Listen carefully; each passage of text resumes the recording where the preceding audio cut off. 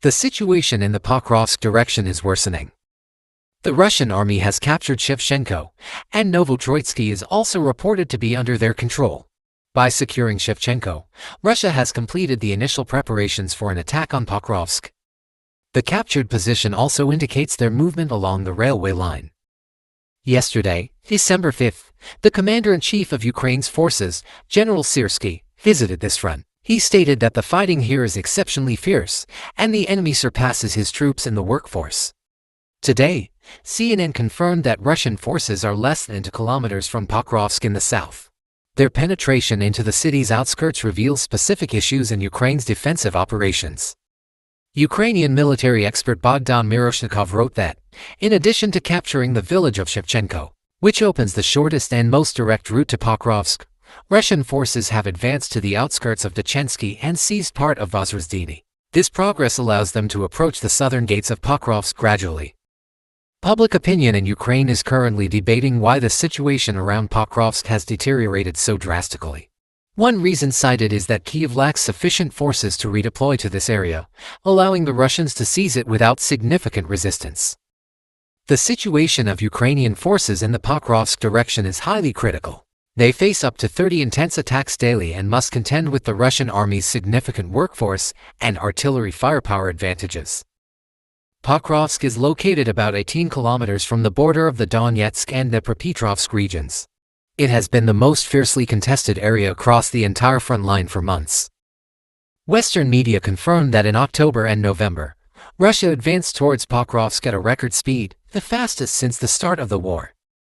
In this direction, the US-based Military Watch reported that Russian forces captured an additional M1A1 Abrams main battle tank from the Ukrainian army. With the already limited number of tanks supplied by the US, this loss further exacerbates the shortage.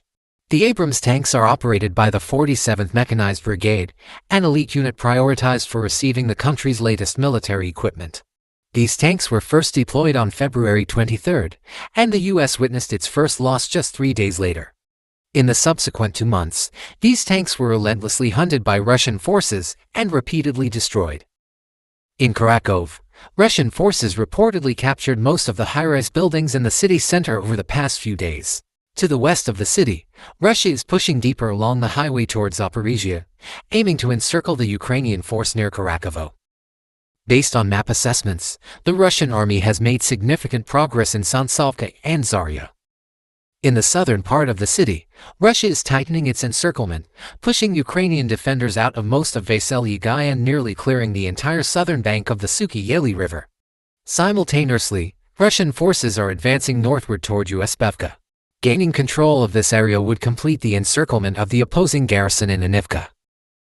The situation in Toretsk and Chasov Yar is also deteriorating. In Toretsk, Russian forces are rapidly advancing westward from the Tsentralaya mine, which they previously captured. This mine is a key defensive stronghold, offering Russia a significant advantage due to its elevated terrain.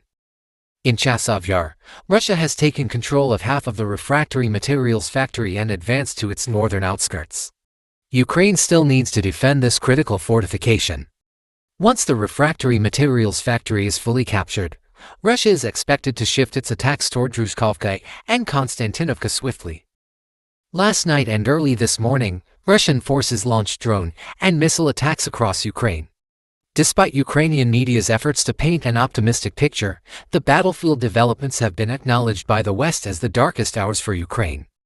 Yesterday, December 12th, European media reported that Russia has gradually gained territory in multiple locations over the past 2 months. Near Pokrovsk alone, Russian forces have captured dozens of towns and villages, advancing more than 33 kilometers since taking the city of Avdiivka earlier this year. In recent weeks, Russian troops have moved at a significant pace and are now present on the outskirts of Pokrovsk, shelling the city relentlessly, day and night. To prevent the worst-case scenario, Ukrainian authorities have issued a mandatory evacuation order for the city.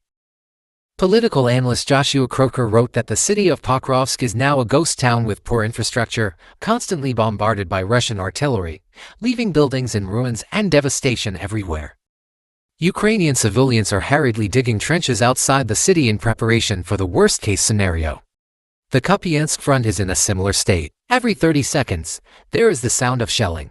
Almost no building remains intact, and destruction is evident everywhere. Western reporters have acknowledged that Ukraine's military situation is just as dismal across most of the front line.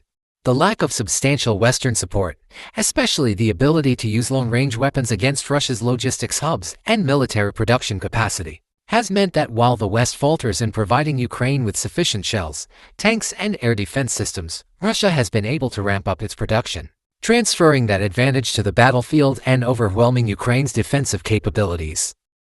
Ukraine, for its part, tirelessly works to defend every inch of territory it can, slowing down Russia's advances where possible, but not always successfully.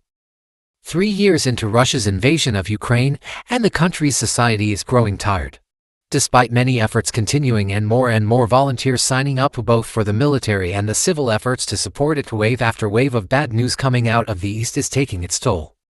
Talks about peace negotiations are more common than a year ago, though most concede that any peace with Russia will only be a short-term freezing of hostilities, allowing Russia to restock and improve its army for another invasion in the future. New statement from Trump sends shockwaves through Ukraine and Nato. After reclaiming the presidency, Donald Trump was honored by Time magazine yesterday, December 12th, as Person of the Year, making him the second U.S. president in history to serve non-consecutive terms. This recognition elevates Trump to the world's most powerful man, with global influence. Time acknowledged Trump as a politically significant figure, having overcome significant upheavals, including a resounding victory against the Republican presidential candidates, being convicted in a New York court, and surviving not one but two assassination attempts. Time magazine reported that Trump repeated much of what he had recently declared, such as calling for an end to the Ukraine war due to the heavy losses on both sides and asserting that the war is completely crazy. At the same time, for the first time, he also acknowledged that reaching a quick peace agreement between Russia and Ukraine is more complex than he had thought. He argued that the Middle East is easier to solve than what is happening with Russia and Ukraine. In his interview with Time, Trump also criticized Ukraine's decision to use long-range missiles against Russia.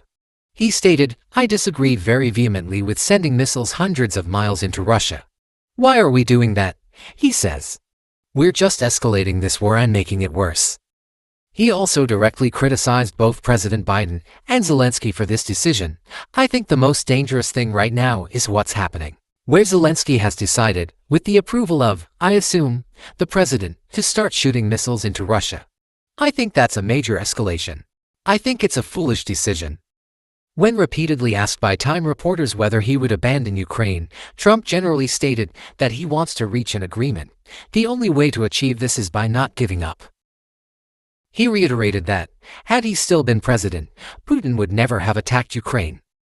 However, Trump did not directly answer whether he would cut aid to Ukraine if the country refused to accept the terms of a peace agreement. The newly elected U.S. president's continued calls for ending the war as quickly as possible without committing to aid starkly further contrast with the stance of Zelensky's government. Kyiv still believes that negotiations should only be initiated when Ukraine receives binding security guarantees from the West, meaning Ukraine must join NATO or Western forces to send troops to maintain peace in Ukraine. As a result, new reports have surfaced suggesting that Trump now supports the idea of sending European troops to Ukraine. Yesterday, the Wall Street Journal cited an anonymous source, saying President-elect Donald Trump stated that Europe should play a leading role in protecting and supporting Ukraine. This means European troops would monitor the ceasefire in Ukraine. However, the Wall Street Journal noted that this was from an anonymous source. Earlier, on November 11th, The Washington Post also circulated misleading information, claiming that Putin and Trump spoke shortly after Trump's election victory. The report stated that Trump had asked Putin not to escalate further in Ukraine and reminded the Russian leader that U.S. troops stationed in Europe could intervene if Ukraine collapsed. This report prompted a response from Russia, who denied the claims, stating that no such call occurred between the two leaders. It is also important to note that in his previous statements, Trump had never directly mentioned sending Western troops to oversee Ukraine, only proposing an immediate ceasefire on the front lines and starting peace talks. As we previously analyzed in past videos, one of the most notable points at the moment, as reported by Reuters on December 5th, is that all potential peace plans proposed by Trump's team focus on the formula of Kyiv must make territorial concessions, and Ukraine will not become a NATO member. As we have previously analyzed in earlier videos, one of the most notable aspects at the moment, as reported by Reuters on December 5th, is that all potential peace plans proposed by Trump's team for Ukraine focus on the formula of Kyiv must make territorial concessions, and Ukraine will not become a NATO member. Currently, there are three main initiatives. The first is the proposal by future Ukraine Special Envoy Keith Kellogg, the second is the plan from Vice President-elect J.D. Vance, and the final is the plan from Trump's advisor, Richard Grenell. All three peace proposals share several common points. They do not accept Ukraine's membership in NATO. They do not mention sending Western troops to the front line. They reject the idea of reclaiming Ukrainian territory through military means, and they aim to prevent hostile actions along the front lines. Trump's son, Donald Trump Jr., went even further, strongly criticizing President Zelensky. He posted a video showing his father kicking Zelensky off Time magazine's Person of the Year cover for 2022. During his 2024 campaign, he repeatedly threatened to cut funding to Ukraine, calling President Zelensky the greatest businessman of all time, thriving in extracting American taxpayer money to sustain his country's war. Regardless of what President-elect Donald Trump or his son Trump Jr. may say, the implications from both father and son clearly show that under Trump's administration, the U.S. would genuinely seek to dismantle the Ukraine project promoted by globalist elites.